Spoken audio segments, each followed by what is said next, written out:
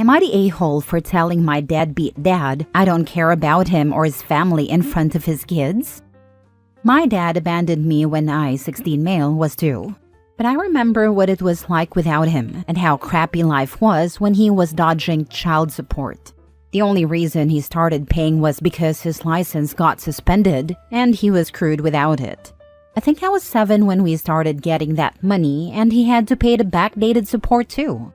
When I was 10, I had to take a DNA test because he questioned whether I was really his or not. At the time, we had no idea why, just that I had to take the test. We later found out it was because he had gotten married and had a couple of kids, and he wanted to focus his resources on them instead of me.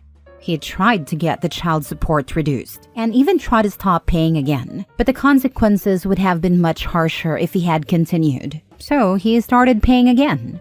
2 years ago, he moved back here with his family. He ignored me and I ignored him. His wife approached me and my mom a couple of times, but she wasn't someone either of us wanted to talk to, so we didn't. I saw him with his kids a few times, mostly when I was walking by the elementary school or if I went to the mall with friends. He's playing the role of a good dad to them right now, or at least that's how it looks. Does it bother me? Kinda. I think it's crappy that he moved back here, instead of staying the heck away after abandoning me over and over again. I'm in therapy and I know I don't ever want a relationship with him or any of his family, including his kids. That's something therapy has helped me fully realize and work on. I won't be a prick to his kids if they approach me, but I'm not going to give a relationship any chance. I'm an only child in my heart, and that's not about to change unless my mom has more kids. The current issue is something I don't have all the details on, but his kids recently found out that I'm also his child. They wanted to know me. He tried to downplay it by saying he just found out and wasn't sure if I'd be in their family. But they keep talking about it. His in-laws are coming into town in a couple of weeks, and he and his wife know the kids will mention me. His in-laws won't like the fact that he abandoned his child. He used a different word, but he abandoned me, so I'll use that. Now he wants me to come to dinner at his house and act like we all just found out. He said he could deal with what the kids wanted after her, but he didn't want his in-laws to know the truth. He approached me at the mall to ask me to do this. I told him no and started to walk away. He had his kids with him. I need to mention that. I didn't interact with them and I hardly interacted with him. Like I said, I was walking away, and then he told me I owed him that much and that he was paying for me, which was more than most dads like him do. He said I could do him and his family this one thing. I told him I don't care about him or his family, and that he should leave me the heck alone like he has for the last 14 years. Then I moved faster so he couldn't keep talking and annoying me. When his wife found out, she went to mom at work. My mom works at a popular store in town, and she had seen his wife there a lot. His wife told my mom she needed to teach me to react better in front of kids, and that I didn't need to be cruel. My mom got mad about the encounter and told me I did nothing wrong. But I guess I do feel kinda bad for saying it in front of the kids. Not that I want to seek them out and apologize or anything, because I don't want to engage at all. But am I the a-hole? Not the a-hole. He brought the kids with him on purpose to use as leverage. So it's on him, not you. You tried to walk away and not involve the kids, but he wouldn't let you. Good for you for staying strong. It was a manipulation tactic. So was him cornering the kid on his own, in public. It's also a manipulation tactic to show up at his mom's job to shame her. This could have been an email request, but I guess you can't get the emotional manipulation they're looking for over email. I think you should go, say hello to the in-laws, and tell them that he's a deadbeat who abandoned and neglected you for 14 years, and that you're only there because he demanded you be there to make him look good. Then turn to him and tell him he's a pathetic excuse for a human being and that there couldn't be a worse father. Then leave. Full nuclear. I endorse this, but feel like it will do more damage than good for OP. Not the a-hole. Your dad abandoned you, dodged child support, questioned whether you were even his kid, and only started paying when legally forced to. Now he wants you to lie for his convenience? Absolutely not. You don't owe him or his family anything, and his entitlement is ridiculous. The fact that he said you owe him because he paid child support something he was legally and morally obligated to do, just proves how little he actually cares. As for his kids, yeah, it sucks that they had to hear that. But that's on him, not you. He made those choices, and now he has to deal with the consequences. You were put in an unfair situation and just spoke the truth. You don't have to play nice for a man who abandoned you. Next story. Am I the a-hole for refusing to babysit my half-siblings and telling my dad I'm not his backup mom? For context, my 19 female parents divorced when I was 12 because my dad cheated on my mom with a younger woman, Emily, now 31 female. It was a messy, ugly divorce, and my relationship with my dad has been strained ever since.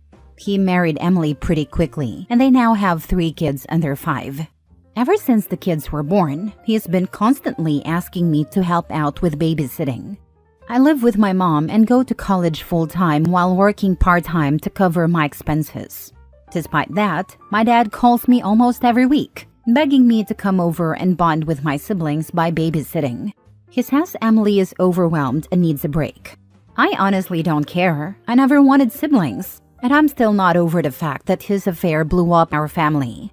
I've told him I'm busy with school and work, but he keeps guilt-tripping me, saying things like, family takes care of family. Last weekend, he called again, practically demanding I babysit because Emily had a mental breakdown. I lost it. I told him, I'm not your backup mom. You chose to have more kids, and that's not my responsibility. He got quiet and then said, I thought you were more mature than this, before hanging up on me. Now, both he and Emily have been sending me messages, calling me selfish and saying that I'm abandoning my family. My grandma even chimed in, saying I should help my father in his time of need. But I feel like he's just trying to dump his problems on me because he made bad choices. My mom thinks I did the right thing, but now half my family is mad at me. Am I the a-hole for refusing to help and saying what I did? Not the a-hole. When Emily tells you that you're selfish for abandoning your family, you can tell her not nearly as selfish as you and my dad were for breaking up my family by lying, cheating, and having an affair. She's got some nerve. Oh, and Dad, Grandma just volunteered to look after the children because she believes family should help in times of need. Came here to say this, he has some nerve lecturing you on family responsibility. I would tell him that he learned how to treat family from him. He needs to be forced to his own bad choices. Seriously? He says family takes care of family, while he blew up his entire family by cheating? Don't be their little Cinderella. You have no obligation. I have a dad who tried to guilt-trip me into taking care of all their animals, while he and his new family went on several vacations, and I was not once asked to join, not even if I paid for myself. When I finally mustered up the courage to say no, he threatened to euthanize my favorite dog. I called my therapist and had an emergency meeting, and she told me to stand my ground. So I did. He did not go through with it, but he cut contact with me for several years as punishment. Not the a-hole, obviously. People say family first can buzz right off. He cut contact. Was it a punishment or a relief? In hindsight, it was a relief. It really showed how little he cared, and that made it easier to keep away when a few years later, he was left by his wife and came crawling back like nothing had happened. Lol. Next story. Am I the a-hole for telling my sister-in-law to get over herself and stop trying to one-up us? My 29 female wife, 27 female, and her sister, 30 female, got pregnant around the same time. The babies are the first of a new generation on their side of the family, so everyone was excited. Sister-in-law was further along, but my wife ended up giving birth at 32 weeks. Plus, she had some complications that kept her hospitalized. My nephew was born 2 weeks later at full term. Apparently, sister-in-law resented having her thunder stolen and felt like she and her new baby weren't getting enough attention. She keeps making these comments like she's trying to one-up us. First, she said how sorry she was that my wife missed the golden hour because they had to take our son to the NICU. This upset my wife, since during her hospitalization, she was often too sick to visit the NICU, and she already feels terrible about missing skin-to-skin contact in those first few weeks. After we started bringing our son to family gatherings, sister-in-law started comparing the boys, saying how much bigger and more alert her son looked compared to ours, and how he had hit more milestones. Last weekend, we had lunch at my in-laws. My wife and I were excited to tell everyone that our son laughed for the first time earlier that day, 3.5 months old. Mother-in-law and father-in-law were having a good time watching the video when sister-in-law made another comment about how her son did that a month ago. I don't know why, but that was the last straw. I had just about had it. I told sister-in-law that she's pathetic for trying to one-up a freaking baby, that her full-term son wasn't special for being more developed than a preemie, that she should get the heck over not giving birth to the first grandbaby. Needless to say, this ruined lunch, and my wife's family is mad. I admit I was harsh with my words and tone, and this was the first time I had confronted her family like this. Up until now, we had each handled our own relatives, but these comments upset my wife and ticked me off. So am I the a-hole for being so harsh and not staying in my lane?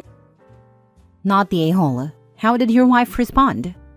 Happy that I spoke up, because she was having a hard time telling her sister it makes her feel like crap, but feels bad that they're mad. Then you're good. You stood up for your wife and child and she appreciated it. It would be helpful if she outwardly had your back to them as well. Not the a-hole. Your sister-in-law is a grown woman competing with a preemie. That is embarrassing behavior, and someone needed to call her out. Your wife has already been through hell and back with a traumatic early birth, NICU stays, and recovery. And instead of supporting her, this woman is out here making passive-aggressive jabs about things your wife already feels heartbroken about? Absolutely not. And the worst part, she's acting like her full-term baby is some kind of prodigy, when, newsflash, that's just how development works. No one is shocked that her baby hit milestone sooner, because he literally had a 2-month head start. That's not an achievement, that's basic biology. Your reaction was warranted because this wasn't a one-time slip-up. This was a pattern of nasty behavior that your wife has been dealing with for months. And instead of anyone else in the family checking her, they've been letting her act like a jealous brat. And now they're mad at you because you finally said what everyone else was thinking? Too damn bad. Maybe they should have spoken up sooner, and you wouldn't have had to. You weren't harsh. You were correct. She needs to get over herself and stop trying to compete with a baby who fought just to be here. Sister-in-law's behavior is gross. When her little prince falls behind his actual peers, you and your wife can secretly giggle. Seriously though, I hope your wife and little one are recovering and improving as expected, and will pull through all of this with time. Good for you for defending your family when, clearly, no one else could be bothered. At a minimum, her parents really needed to step in, not the a-hole. Justified a-hole here. Sure, you could have handled it differently, but that might not have stopped the crappy behavior. You had justifiably had enough and said what needed to be said. Your sister-in-law will likely think twice before making any more comparisons out loud, which needed to happen. Who knows why she is doing it? She might be postpartum. She might just be jealous. None of that needs to concern you. You did what was right for your family, and you put the bully in her place. Bravo! Last story. Am I the a-hole for refusing to help my sister with her children and telling her she chose her crappy life so now she has to deal with it? When my sister, 26 female, and I, 24 female, were kids, we hated each other. My sister was very hard to get along with, and as a result, she never had any friends. She's the type of person who always thinks she's right and can never apologize or admit when she's wrong. As an adult, she still has no friends. She decided to drink the Treadwife Kool-Aid. She met her husband in college, got pregnant, and dropped out. They have 4 children under the age of 8, and the youngest is quadriplegic due to spinal damage and a birth defect. I just finished law school and I'm starting my career. My husband already has an established career and we're dinks. We don't intend on having any children. My sister has historically talked down to us at family events. She says we don't even understand what we're missing out on, that we'll never know what true and unconditional love is, etc. Very condescending, as always. Lately, she and her husband have been fighting. Apparently, per my mother, he has never let her access his income. He gives her cash for groceries. The bills and everything else have always been in his name. Apparently, he's been cheating too. My sister asked me to watch her kids on the weekends so she could save up money to evaluate her options, aka leave her husband. When she came to me and asked, I said, "But isn't being a traditional wife your calling? You've told us this several times."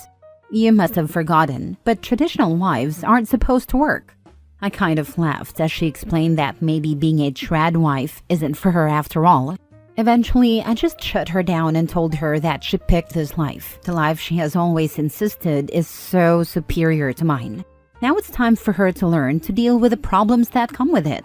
My parents can't watch her kids because my dad works on an oil pipeline, and my mom is already too old to be working the hours she is.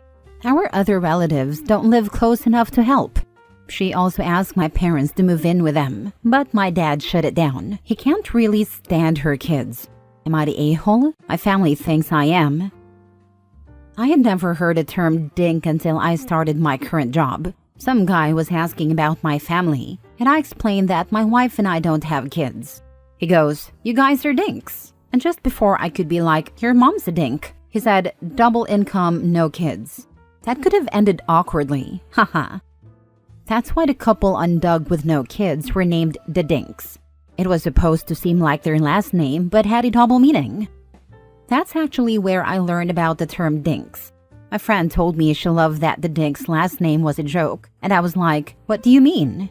And she explained that it meant dual income, no kids. A quick Google search tells me North Carolina has a divorce from bed and board option, which allows for a court-ordered separation to help initiate that 1-year separation period. Adultery, which you mentioned, is a qualifier. Google also tells me that North Carolina allows a parent to file for custody and support even while married. You say you're a lawyer, or at least a JD, and you can't even put 5 minutes into basic research for her? Come on, do better. As for money, again, credit cards exist. She can apply for one without his knowledge and, even with a low credit limit, could afford an Uber to go to court, meet with an attorney, open up her own bank account, etc.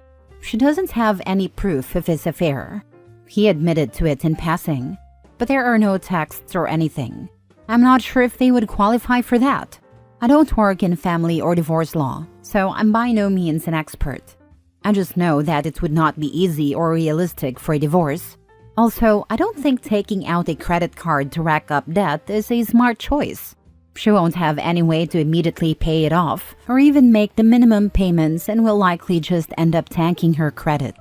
With ruined credit and a long wait list for Section 8 housing here, I don't think she would be able to find somewhere to live. It's just not looking like a great choice overall.